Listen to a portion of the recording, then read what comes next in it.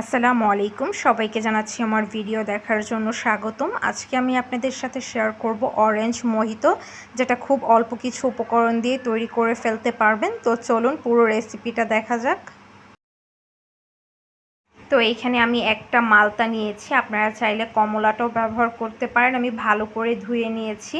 এখন এই মালতাটা আমি কেটে এটার থেকে রসটা বের করে নেব। আর এখানে আমার লেবু লাগবে, আর পুদিনা পাতা লাগবে, আর 7 আপ লাগবে। তো আমি ফার্স্টে মালতার রসগুলো বের করে নিব।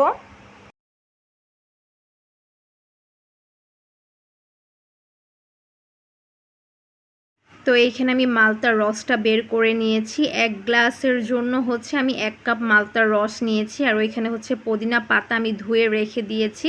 এখন এটার আমি পাতাগুলো নিয়ে কুচি কুচি করে কেটে নিব, এতে করে সুন্দর একটা ঘ্রাণ আসবে। আর আমি লেবু 2 পিস ছোট করে কেটেছি, আর একটা একটু বড় রেখেছি, ওইটার রসটা আমি দিব চিপড়ে। তো আমি ফার্স্টে এখন এইগুলো কুচি কুচি করে কেটে নিব।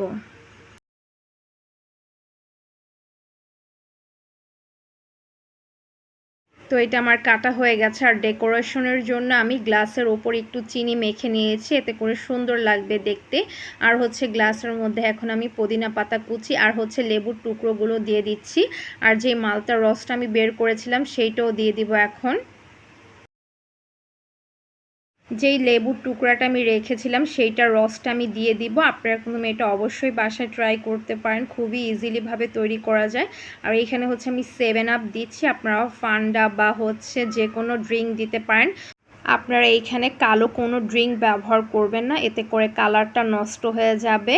আর আপনারা চাইলে এখানে ওয়াটার সোডাটাও ব্যবহার করতে পারেন। তো এইখানে আমি 7 আপটা ঢেলে নিব, আমি পুরো গ্লাস ভর্তি করব না। আর এইখানে আমি বরফও দিব।